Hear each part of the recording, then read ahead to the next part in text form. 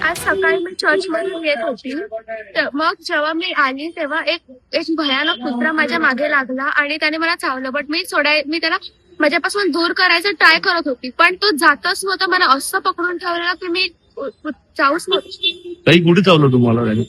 पायावर. नमस्कार, मी मार्गारेट परेरा मर्सीस येथून सांगत आहे. आजपर्यंत आपण फक्त पेपरमध्येच बातम्या वाचत असतो की श्वानांचा हल्ला, चावा घेऊन मृत्यू, पण आज हे थरार नाट्य आम्ही स्पष्ट आमच्या डोळ्यांनी बघितलेलं आहे. आज शुभ शुक्रवार, सर्व भाविक चर्चमध्ये 2-2.5 तास यात्रा करून आलेले आणि शांतपणे बाहेर पडत होते. इतक्यात अचानक लोकांचा खूप आवाज ऐकू आला.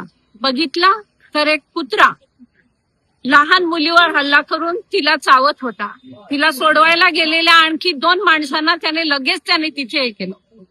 तसाच तो धावत पुढे आला. लोक सैरावैरा झालेली होती, भीतीचं वातावरण होतं आणि अशातच त्याने आणखी 4 लोकांचा चावा घेतला.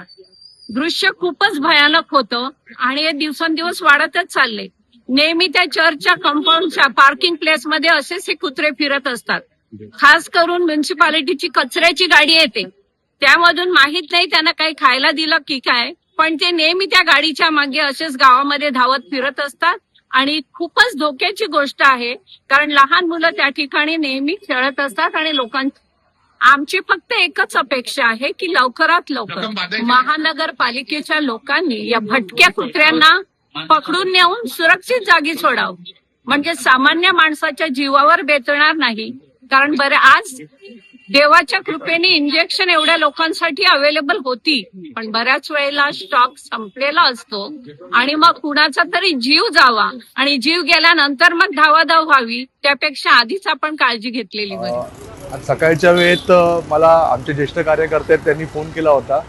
लगेचच आम्ही DN-पेटीतला पोहोचले. जवळपास 7 ते 8 लोकांना हा पिसाळलेला कुत्रा चावलेला आहे. रानशेत गाव म्हणून आहे, तिथे दयामाता चर्चच्या जवळ अशा 2 ठिकाणी त्या कुत्र्यांनी अटॅक केलेला आहे.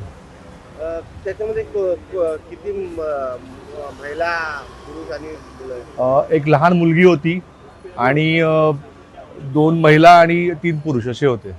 आणि वाईट एवढंच वाटते की कुठेतरी महानगरपालिकेने सदर विषय गांभीर्याने घेऊन, गेल्या महासभेला पण आम्ही हा विषय घेतला होता, त्यावेळी आपले उपमहापौर मार्शल ऑफिस साहेबांनी सदर विषयाचा पाठपुरावा सुरू केलेला आहे.